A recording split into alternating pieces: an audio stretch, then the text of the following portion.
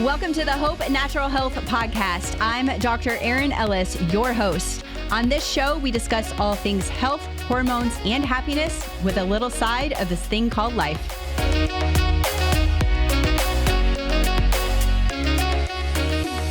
We are back, and today we're going to be talking about short menstrual cycles and some common causes of why this might happen. So a regular menstrual cycle is often considered to last anywhere between 26 to 32 days, with variations being normal. But if we're seeing shorter menstrual cycles around 21 days, so if you're having a menstrual cycle between 2 weeks to 3 weeks, it might be time to investigate the why. In this podcast, I'm going to explore some common reasons why you might be having the short menstrual cycle and what steps you can take to address them. But first, I want to talk about the different phases of the menstrual cycle.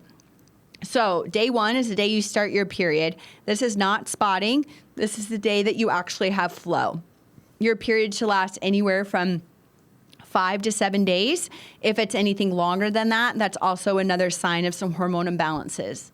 Then we have the ovulatory phase, which typically is midway through your cycle, anywhere from typically days 14 through 16 of an average 28-day cycle. Yours might be shorter or happen sooner in the cycle, and it might happen later. And then we have the last half of the cycle, the luteal phase. This is typically another 14 2-week-long phase, but this is where I see abnormalities and commonly short cycles. So that's why it's important to track, and we'll talk about what steps you can take to address a shorter cycle. But let's talk about common causes first of a shorter menstrual cycle. One, you might have guessed, would be hormone imbalances. So hormones regulate our menstrual cycle. Estrogen, progesterone, very, very important hormones in our menstrual cycle, and imbalances can lead to shorter cycles.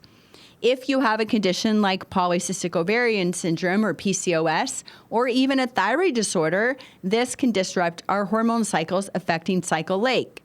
Most women with PCOS don't even have a menstrual cycle, or they might go hundreds of days in between a menstrual cycle.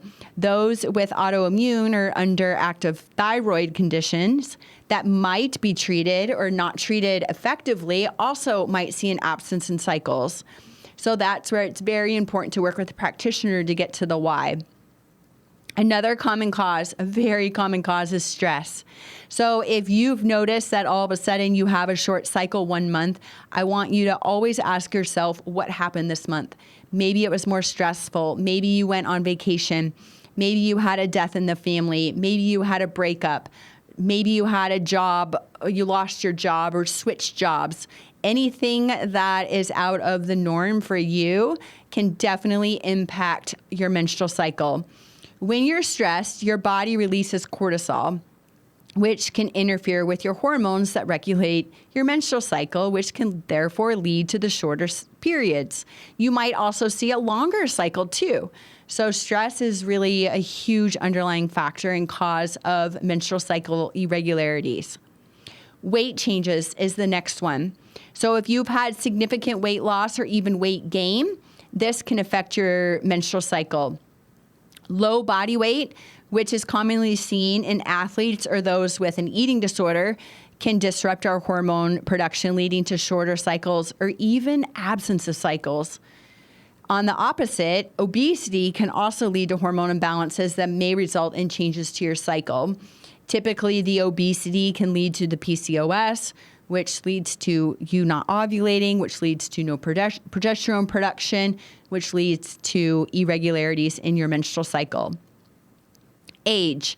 Younger individuals, particularly those in their teens and early 20s, may experience shorter cycles as their bodies, are continually adjusting to new hormone patterns. And those approaching perimenopause, typically in your 40s, might also notice changes in cycle length.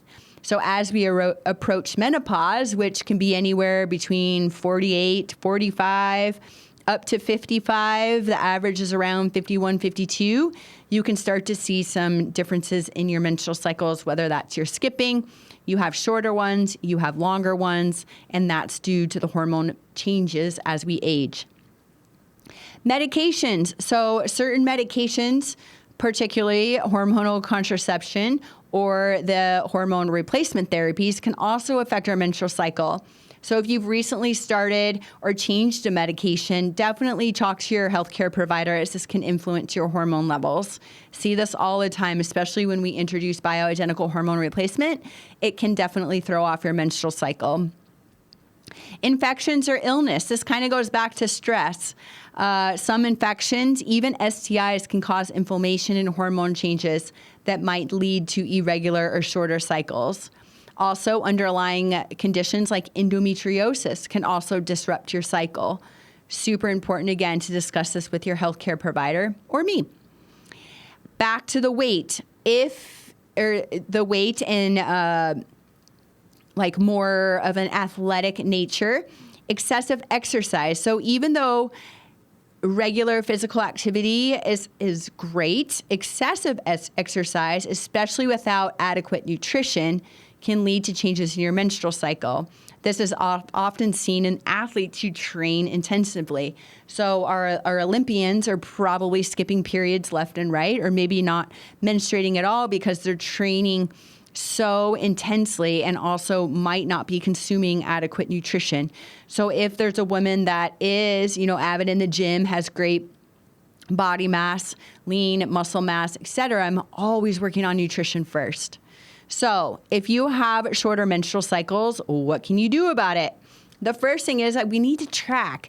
So keeping a diary of our menstrual cycle or using an app can help us identify these patterns and any symptoms that accompany it. We want to note the length of your cycle, how your flow is, and any changes to your body and mood. I also want to throw in there, try and track ovulation. Super important part of the menstrual cycle. Because if you're ovulating later, then we might not be producing enough progesterone, or you might be burning through it from a stress response. So I really think the ovulatory part of your menstrual cycle is super important, whether or not you're trying to conceive. The second thing you can do is consult a healthcare provider. If you notice these significant changes in your menstrual cycle, it's important to consult with a healthcare professional. We can check your hormones. We can rule out any underlying conditions. We can do some imaging and look at your body as a whole to determine where the abnormalities are. Third would be managing stress.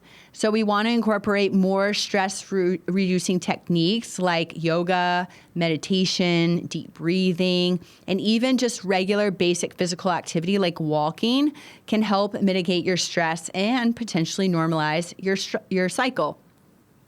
We want to work on weight and maintain a healthy weight. So strive for a balanced diet and regular exercise. If you're struggling with weight fluctuations, we can work with a registered dietitian or a healthcare professional who specializes in nutrition. Naturopathic doctors have great nutritional background. And I like to meet patients where they're at with their weight and their diet and try and, instill some healthy habits. Also, let's look at your medications.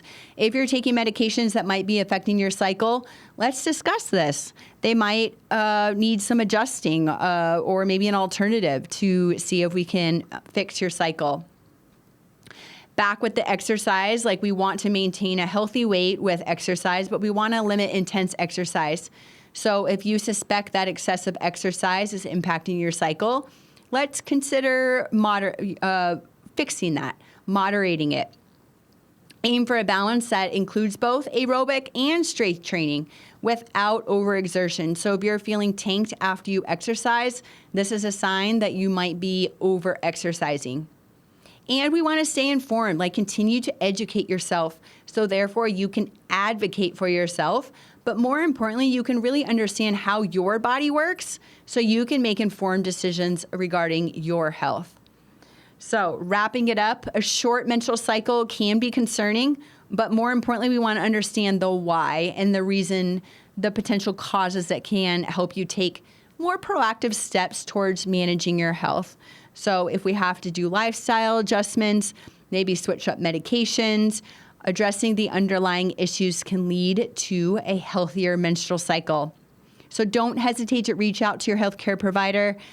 Schedule an appointment with me, a discovery call. I would love to support you because I want you to have a healthy, regular, normal menstrual cycle. I'll see you all again next week. Thank you so much for listening. Make sure to like, share, subscribe, and leave a comment below. And if you haven't done so, please be sure to give us a rating on your favorite podcast platform. Join us weekly as we inspire you to be your best version. For more, follow me on Instagram at dr.erinellis. Until next week, you got this.